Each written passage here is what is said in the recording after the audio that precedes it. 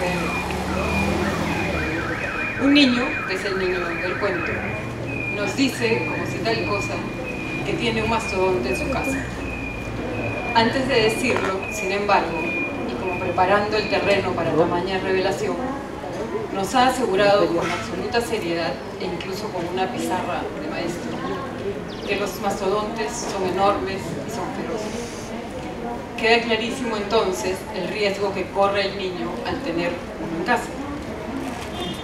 De las dos actitudes posibles que los seres humanos asumimos ante la bestia, la aniquilación y la domesticación, y sospecho que lo que llamamos respeto por la naturaleza probablemente sea una combinación de ambas cosas, el niño elige la segunda, la domesticación, o al menos el intento de domesticación.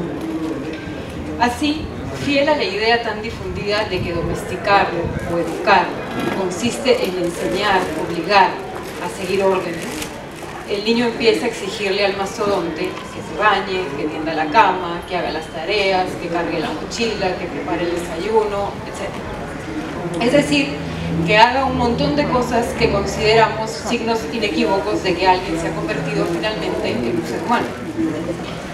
Pero el mastodonte no es un ser humano, aunque su primera reacción ante las órdenes no nos resulte ajena. La respuesta que el mastodonte invariablemente ofrece al niño es no. Haz la cama, no. Carga la mochila, no. Báñate, no, etc. Ante esta serie de negativas, en lo que considero que es el momento clave del cuento, el niño lanza una amenaza. Más te vale, mastodonte. No sabemos exactamente cuál es la amenaza, porque en realidad la frase está incompleta. O sea, más te vale, mastodonte, porque si no, puedo ahorcarte, te voy a dejar sin comer, te voy a hacer un nudo en la trompa, qué cosa, no sabemos. Lo que sí sabemos es que la amenaza surte efecto.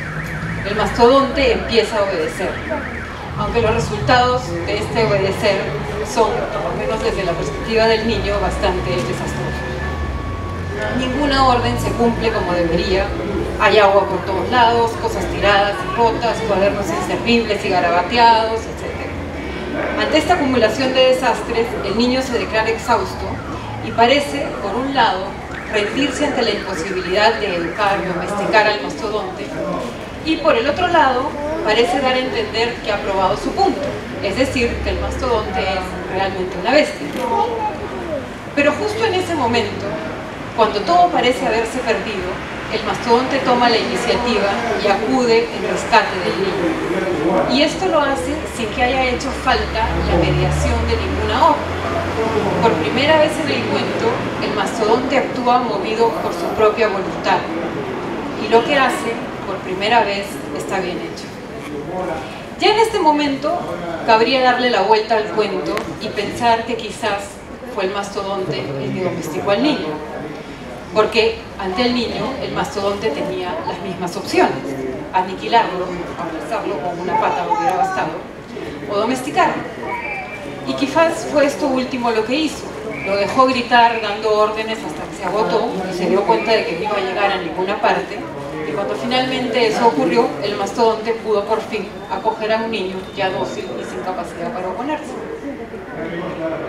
Supongo que este es el momento en el que yo debería decirles: he aquí, les voy a dar la moraleja del cuento. O al menos, para evitar la palabra moraleja, decir lo que quiere decir el cuento es, y proceder con una explicación. O al menos intentar hacerlo. De hecho, la pregunta que parece desprenderse del cuento, y lo digo porque me han preguntado ya varias veces, es ¿qué simboliza el mastodonte? ¿O qué he querido decir usando como personaje a un mastodonte? Nadie ha preguntado qué simboliza el niño, eso sí, quizás porque tenemos ya un montón de ideas fijas sobre lo que los niños significan, o los niños a los que hay que educar, etcétera, y que están leyendo el cuento, o el niño interior y todas esas cosas. Pero nos cuesta un poco más pensar en qué simboliza un mastodonte, y en tanto bestia necesitamos aniquilarla, domesticarla. Si hemos elegido la domesticación, probablemente la mejor forma de llevarla a cabo sea señalar con exactitud qué simboliza, de manera que nos reconciliemos con su imagen, así como la paloma simboliza la paz, el león la fuerza, la serpiente la hipocresía, el lobo la amenaza, etc. Pero el mastodonte El exceso de comida, el primitivismo, no sabemos. No hay una imagen demasiado clara. Y la verdad, yo no tengo idea. No sé qué simboliza el mastodonte. Probablemente nada, o probablemente simplemente una cosa grandota y pesada. Y no estoy ocultando información, no lo sé. Pero, y a eso en parte quería llegar, justamente esa es una de las gracias del libro álbum o del álbum ilustrado, que quedan siempre un montón de cabos sueltos que permiten que cada lector ensaye sus propias respuestas, sus propias interpretaciones y también que formulen sus propias preguntas en relación al texto. En estos casos no hay interpretación auténtica posible y de hecho ya hemos tenido bastante de eso. La pura y simple verdad con relación al cuento es que cuando empecé a pensar la historia, lo único que tenía era el título, Más te vale mastodonte, que me había dado Mario, que está acá sentado en la primera fila. Y simplemente porque la frase sonaba bonito, pensé que sería bonito hacer un cuento con ella. Y entonces este es el cuento que resultó de unas palabras que sonaban bonito. Después ha habido otras propuestas, pero de las que creo que no va a salir un cuento. Pero volviendo al mastodonte, lo que puedo hacer es ensayar 2 o 3 posibles preguntas e interpretaciones. Podría decir para empezar, que es lo que dijo Felipe hace un momento, que efectivamente el mastodonte es un animal que no existe. Y no porque sea un animal fantástico, de hecho no es un ave fénix, un dragón, sino porque se ha extinguido. Y, según dato de Wikipedia, aparentemente su extinción se vio acelerada por los primeros cazadores americanos que le dieron el golpe de gracia. Si alguien se siente aludido, con ese punto de partida, quizás yo podría decir que el mastodonte es la parte más salvaje de nosotros, la que a veces se extingue en el curso de nuestras vidas adultas, etc. Pero no sé si me gustaría hacer una lectura tan digerible, de pronto tan plana. En esa misma línea podría decir quizás que el cuento va de la posibilidad de conciliar al final, por una vía que no es la de la razón, sino la del afecto, todas nuestras partes, las más salvajes, las más racionales, las más violentas, las más frágiles, las más oscuras, las más luminosas.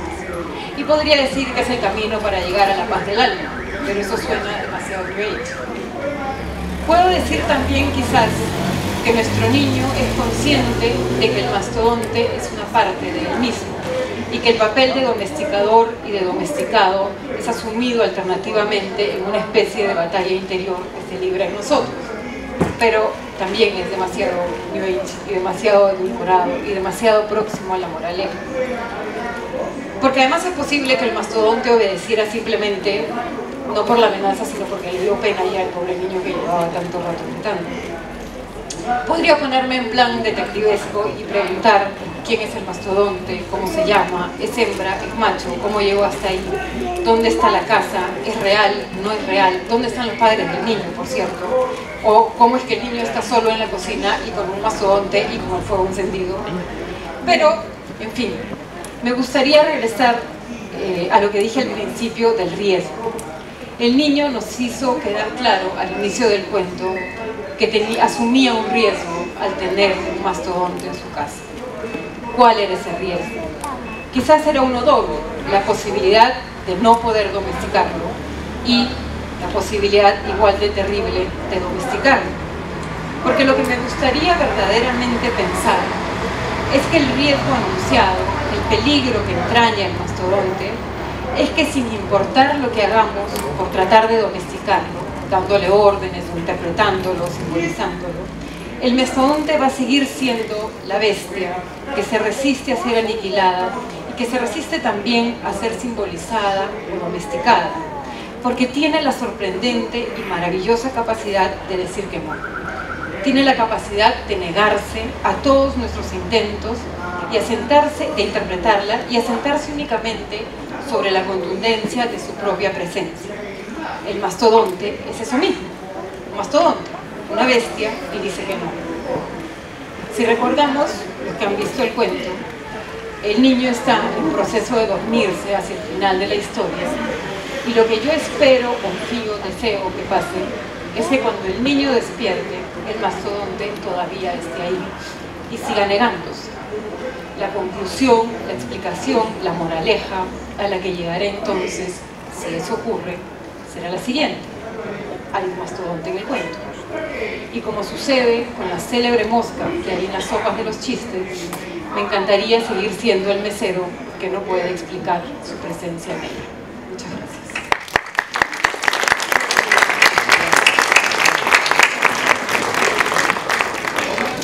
Bueno, ahora va a hablar Isa y te dejamos. Bueno, gracias a todos por estar aquí. A mí me gustaría presentar este libro leyéndoles un poema de otro libro, un poema que escribió una poeta que se llama Wisława Szymborska. Se llama Una niñita tira del mantel. Desde hace más de un año se está en este mundo, y en este mundo no todo se ha examinado y puesto bajo control. Ahora a prueba están las cosas que no pueden moverse solas. Hay que ayudarlas en eso, correrlas, empujarlas, cogerlas de un lugar y trasladarlas. No todas quieren, por ejemplo el armario, la cómoda, la inflexible pared, la mesa. Pero ¿y el mantel sobre la testaruda mesa? Si se lo agarra bien de las orillas, muestra disposición al viaje. Y sobre el mantel, los vasos, los platitos, una jarrita con leche, cucharitas y un tazón hasta tiemblan de ganas. Muy interesante. ¿Qué movimiento elegirán cuando ya se agiten en el borde? Recorrido por el techo, vuelo alrededor de la lámpara, salto a la ventana y de ahí a un árbol. El señor Newton no tiene aún nada que ver con eso. Que mire desde el cielo y agite los brazos. Esta prueba tiene que hacerse y se hará. Si nos imaginamos esa escena, decimos, ¡qué desastre! Una niña pequeñita tira del mantel de la mesa y ¡flash! Todo al suelo. Pero ¿y si no? Si existiese la posibilidad de que efectivamente la tacita saliera volando por la ventana y se posara sobre la cabeza de un pajarito, ¿no debería existir siempre esa posibilidad? Hacernos cada día esa pregunta ante las cosas, como lo hacen los niños, aunque luego tengamos que pegar 400.000 platitos rotos. Es por eso dejar de verlos volar. Para mí, hacer un cuento y leerlo es recordar esa pregunta. Es como tirar del mantel. Quisiera volver a dedicar las ilustraciones de este cuento. Lo hice en el libro a Mae, mi pequeña domadora de mastodontes, que aún no sabe quién es Newton. Y prometo que cuando lo conozca nos iremos los tres a comer manzanas de cabeza. Y a mi mamá, que a pesar de que sí lo conocía, consiguió que las tacitas volaran. Y ahora ese es mi trabajo, una suerte. Me ha encantado darle vida a los personajes de este cuento, convivir con ellos, imaginarme los pequeños objetos que los rodean, ir construyendo poquito a poco la casa en la que viven, para que podamos ahora, todos nosotros, ir a visitarlos en cualquier momento, aunque debamos perdonarle que esté todo patas arriba al llegar, porque de verdad